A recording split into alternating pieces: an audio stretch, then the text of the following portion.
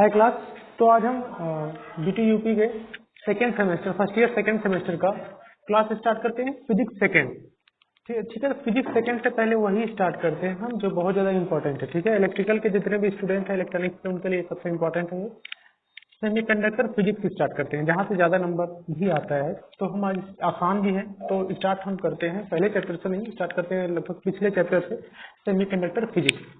ये पढ़ लेते हैं फिर हम नेक्स्ट चैप्टर करेंगे आगे। ठीक है, इससे पहले कुछ मोटिवेशन लाइन्स थे तो उसको थोड़ा आप लोग देख लीजिएगा। ठीक है, तो स्टार्ट करते हैं। चलिए, फर्स्ट है क्या है, classification of solids into conductors, insulators and semiconductors. तो सबसे पहले हमें ये जानना है कि क्या होता है कंडक्टर, क्या होता है सेमीकंडक्टर। हमें पढ़ना है तो सेमीकंडक्टर से पहले तो हमें ये जानना चाहिए कि कंडक्टर क्या होता है, उसके बाद इंसुलेटर क्या होता है, फिर बारी आती है आपके सेमीकंडक्टर की।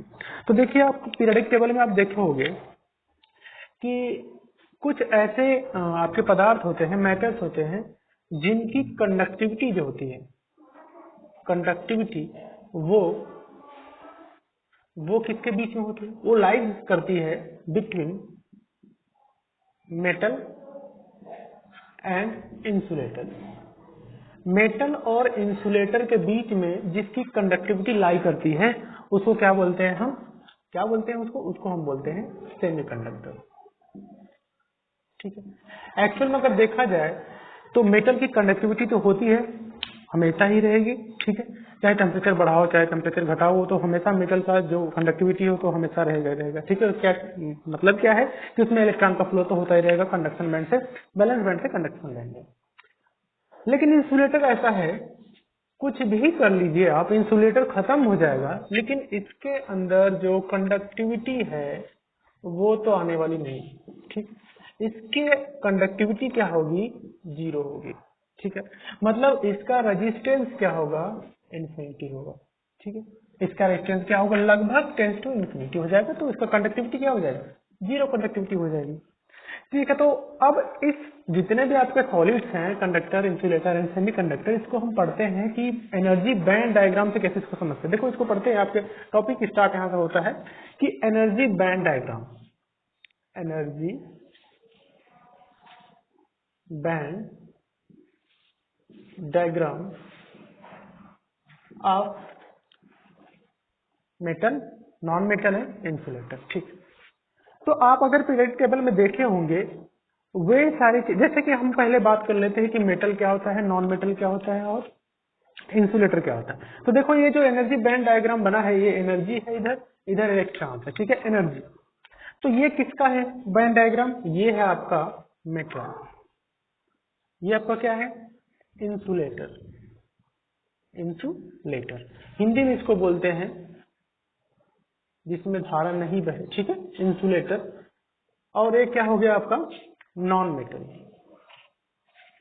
सॉरी आपका लिखना गलत हो गया, ये है क्या आपका, ये आपका हो गया सॉरी, ये आपका है क्या सेमीकंडक्टर। ठीक है, सेमीकंडक्टर हो गया। ठीक है, ये आपका क्या हो गया इंसुलेटर। ठीक है, और ये क्या हो गया आपका कंडक्टर।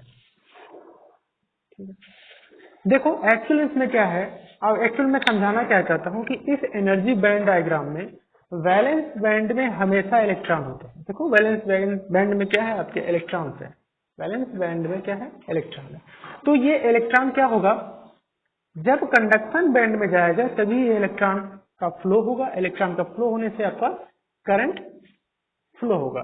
तो यहाँ पे देखो, इसी तरह से हम अगर सेमीकंडक्टर में आ जाते हैं तो सेमीकंडक्टर में भी वैलेंस बैंड में इलेक्ट्रॉन है, लेकिन इसमें कुछ टेम्परेचर, प्रेशर कुछ भी करने से, बाइसिंग करने से क्या होता है, इसका इलेक्ट्रॉन एक्टिवेट हो जाता है और उसको इतनी एनर्जी मिल जाती है कि बैंड गैप को पार करते हुए कंडक्शन बैंड में चला जाता है। देखो, एक इलेक्ट्रॉन यहाँ पे आया, मतलब इसकी कंडक्टिविटी कुछ ना कुछ होगी। इसी तरह से कंडक्टर को तो कोई और एनर्जी देने की जरूरत नहीं है एक्सटर्नल, क्योंकि इसमें वैलेंस बैंड में भी इलेक्ट्रॉन होते हैं कंडक्शन बैंड में। और इसका जो बैंड गैप होता है, बैंड गैप को हम एक नाम से और जानते हैं, इसको बोलते हैं forbidden band gap, forbidden band gap, forbidden band gap भी बोलते हैं, या इसी को और एक लैंग्वेज बोलते हैं एनर्जी गैप, एनर्जी गैप। तो ये जो बीच वाला पोर्शन है इसको फॉरबिडन बैंड गैप भी बोलते हैं, बैंड गैप भी बोलते हैं और एनर्जी गैप भी बोलते हैं। तो एक फार्मूला होता है आपका कि एनर्जी Eg जो होती है एनर्जी गैप, वो इनवर्सली प्रोपोर्शनल होता है टेम्परेचर।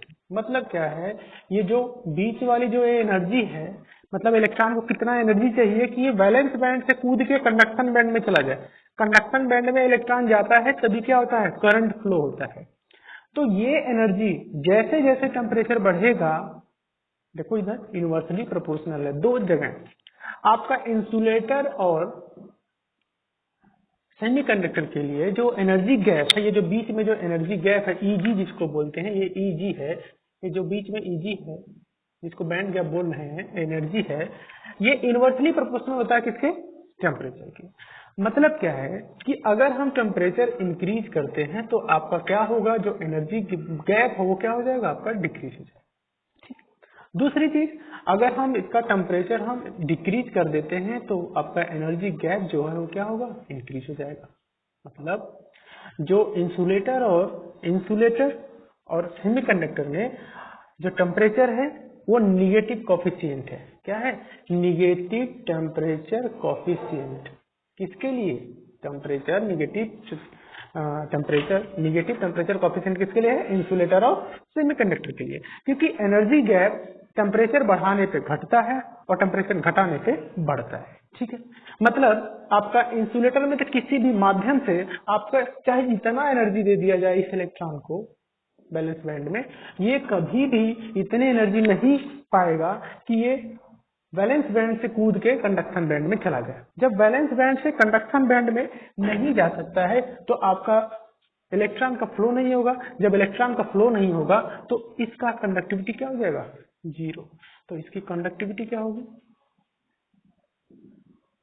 जीरो। जब कंडक्टिविटी जीरो हो गई तो इसका रेजिस्टेंस क्या हो जाएगा, इन्फिनिटी हो जाएगा। तो ध्यान रखना, ठीक है। लगभग रेजिस्टेंस क्या होगा, टेंस टू इन्फिनिटी, और कंडक्टिविटी टेंस टू जीरो। इसी तरह से सेमीकंडक्टर है, तो सेमीकंडक्टर में कुछ एनर्जी देते हैं तो इसमें करंट का फ्लो होता है। अपने आप करंट का फ्लो नहीं होगा, मतलब बैलेंस बैंड से कंडक्शन बैंड में ले जाने में कुछ ना कुछ एनर्जी चाहिए।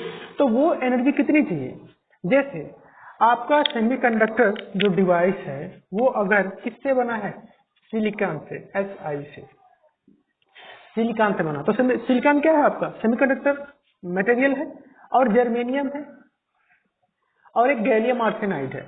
तो अगर सिलिकॉन से कोई सेमीकंडक्टर डिवाइस बनी है तो उसमें कंडक्टिविटी के लिए 0.3 इलेक्ट्रॉन वोल्ट, और जर्मेनियम के लिए 0.7 इलेक्ट्रॉन वोल्ट एनर्जी चाहिए होती है। मतलब हम अगर वैलेंस बैंड में इतनी एनर्जी देंगे 0.3 इलेक्ट्रॉन वोल्ट सिलिकॉन के लिए, तो इलेक्ट्रॉन वैलेंस बैंड से कंडक्शन बैंड में चला जाएगा। और 0.7 इलेक्ट्रॉन वोल्ट जर्मेनियम के लिए देंगे वैलेंस बैंड में, तो इलेक्ट्रॉन जंप करके कंडक्शन बैंड में चला जाएगा और आपका करंट का फ्लो होने लगेगा। और गैलियम आर्सेनाइड से बना है तो 1.4 इलेक्ट्रॉन वोल्ट। ठीक है, इसी तरह से आपका कंडक्टर है, या इसको बोल दिया जाए मेटल।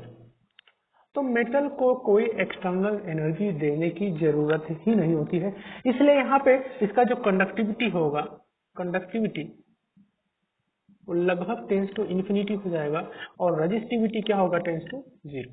टेंस टू जीरो, ये जीरो नहीं बोल रहा हूँ मैं, टेंस टू जीरो होगा। ठीक है, तो इतना ध्यान रखो। और चीज, तो आपको अगर एग्जांपल देखा जाए कि आपका इंसुलेटर है क्या, तो इंसुलेटर का एग्जांपल अगर देखें आप, तो इंसुलेटर में क्या है, सबसे बड़ी चीज कि जिसमें करंट का फ्लो नहीं हो। तो करंट का फ्लो नहीं हो तो क्या होगा, वो प्लास्टिक होगा। प्लास्टिक में करंट फ्लो होता है क्या, नहीं होता, प्लास्टिक हो गया। और आपका कोई एग्जांपल, क्ले हो गया, मिट्टी। ठीक है, और आपका ग्लास हो गया।